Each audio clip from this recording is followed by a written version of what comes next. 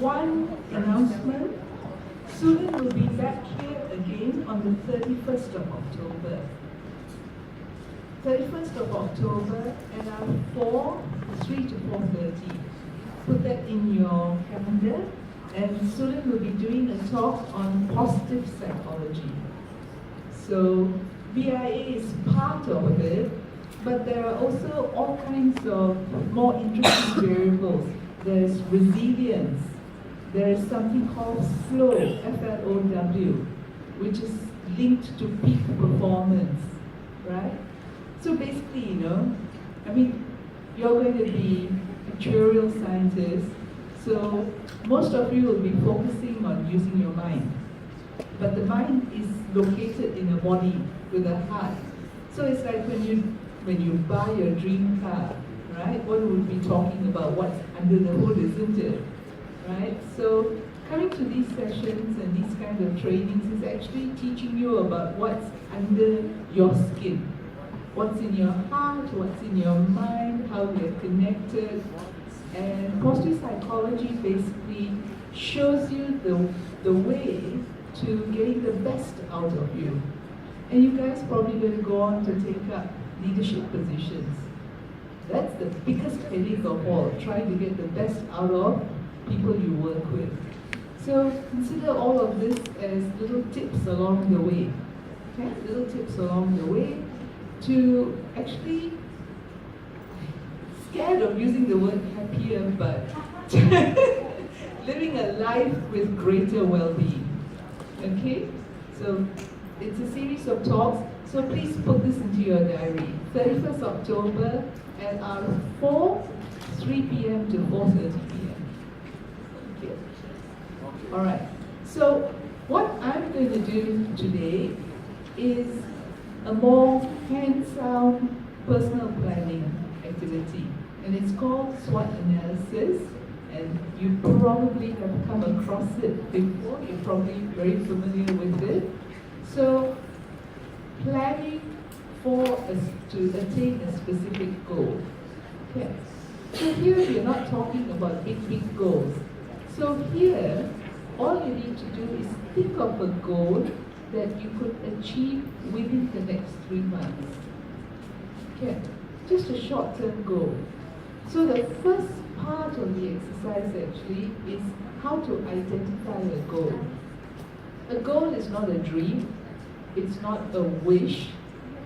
A goal is a certain point in the future that is going to serve to motivate you and to organize yourself, the resources that you have, both within and without. So what you need to do first of all, it says matching individual goals and capacities to environment. So this is the basic diagram for SWOT analysis. Simple, okay? Let me tell you what it means. If you look at internal and external, so your guiding point is you're working towards attaining a personal goal or objective in 3 months. So what you'll be doing is in reality doing many of the SWOT analysis as you go on your life's journey and also at work, right? So now we're thinking about just one specific within the next 3 months. So when it says internal and external, basically it means you start counting up your resources available within you. So those are the resources within you that you can use. And then external is resources in the environment. So this kind of gathering is a resource. Okay? So that's something that could possibly help you towards achieving the goal. Then you look at, I'll go in detail later, right? What could be external resources. These slides are all up in Vision. Also in Vision is a template for doing the SWOT analysis. Okay? And for the first time in this entire series of lectures, you need to complete an exercise, take it to your personal tutor. discuss it with the personal tutor. Personal tutor will sign off on it, and then you upload it into Vision. So there is action required with this. Okay? So this is just to help you do that. So this is basic perspective, basic perception on life, is that there are always internal resources and there are external resources. So that's one dichotomy for you. The other dichotomy is things that help, things that don't help. Okay? Factors, influences that will lift you and bear you, carry you towards achieving your objective. And where there is a plus, there's a minus. Okay? Yin and yang, basic equation. So those we call weaknesses, or more accurately, areas for development. We're not perfect, right? We're all progressing. We are all works in progress. So along the way, you need to acquire more resources. So the weaknesses or areas to develop mean skills that you want to develop within yourself. Okay? I can give you one very good example, which is going to be stress management. Let me just ask a question. How many of you, when you come close to exams, completely stop all physical activity other than eating and sleeping? Okay? Like the running, the jogging, the swimming. How many of you completely stop everything as it comes closer to exam? Not that many, okay? I always feel very sad when I hear parents saying to me, oh, my son's going to do his A-levels, right? So he doesn't go for his music class, he has stopped the football, okay? And that's exactly the wrong thing to do. Because when you get stressed, there's actually build-up of energy, the stress, the anxiety, the worrying. So if you continue to do your running, your jogging, your football, your badminton, your tennis, it kind of gives you an opportunity to burn off the energy. Okay, then you kind of actually can perform better. So those would be the kind of skills that you want to develop within yourself. Okay? Skills that you don't have, but could help you. Then the threats come from outside. This is when you kind of feel, I want to do this, but no resources, no time, no friends to help. Okay. So doing the SWOT analysis allows you to identify the pluses and minuses within yourself and in your environment. Okay. Then let's see how. Psychology then will put a twist on what you do once you've identified the resources. So goals. Can somebody give me an example of, take a minute, think about it, a goal that you could achieve within the next 3 months? Anyone? Just give me an example. Yeah? Brilliant. Fitness, improve fitness. Okay, good, thank you. Anyone else? Can be anything. For me at the moment, my goal is to learn how to cook vegetables in an interesting way. Right? So because when I'm during teaching semester, the focus is on the teaching because you've got to keep up every week, right? So the cooking becomes deadly boring until I can't face it myself. Okay, so pull out all the cookbooks and find a way to cook vegetables so that it's tasty, interesting, and I look forward to my meals. Okay? Now that can be done within 3 months. So anyone else with an example of an objective that can be achieved within 3 months? Yes, thank you. Know half of the student in the actuarial science. Say again? Oh, get to know. Why only half? In 3 months? Yeah, because too many people. Okay, very good objective. Now, there are certain things about goals that you need to bear in mind. First one is, within your definition of the goal, you must have that component that tells you when will you know when you've achieved that goal. So getting to know half the students in actuarial science is a good goal. You take total number, divide by half, okay, and you have a target to work towards.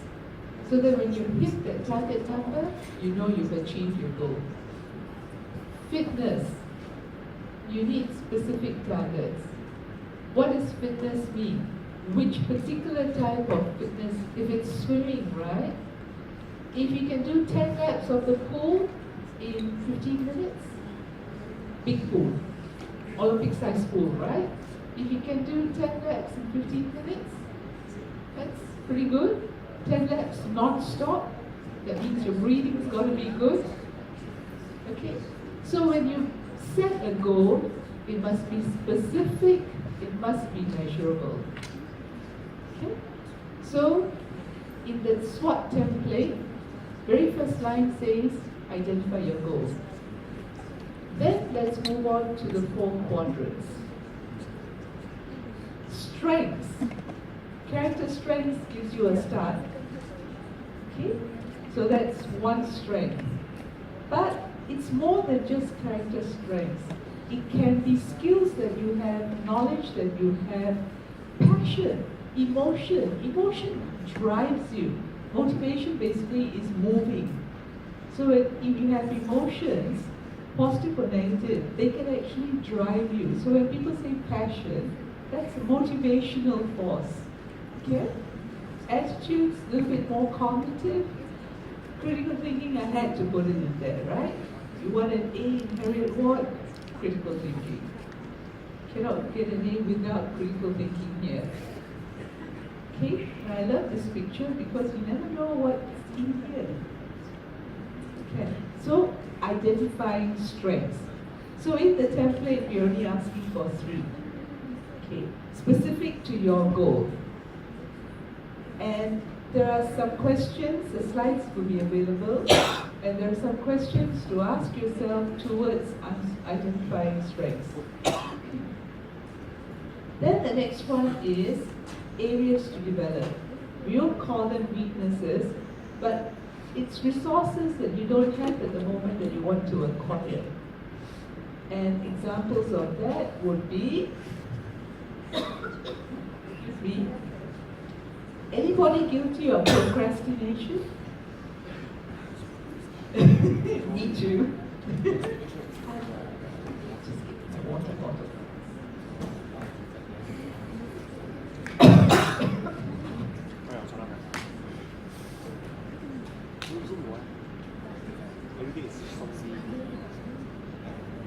Okay, procrastination, yes.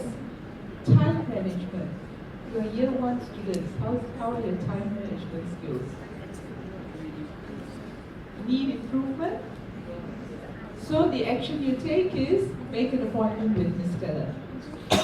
Right? Make an appointment with Stella, sees what she has to say, and then follow it. Self-doubt. How do you deal with self-doubt? Anyone? It doesn't go away, right? I'll give you an inside tip. Self-doubt remains with the most confident person throughout your life. And self-doubt actually is a good thing because it makes you review your opinion or action or something like that. It makes you review it so that you know how credible something is. But self-doubt in a greater level will become an obstacle. So how do you deal with self-doubt?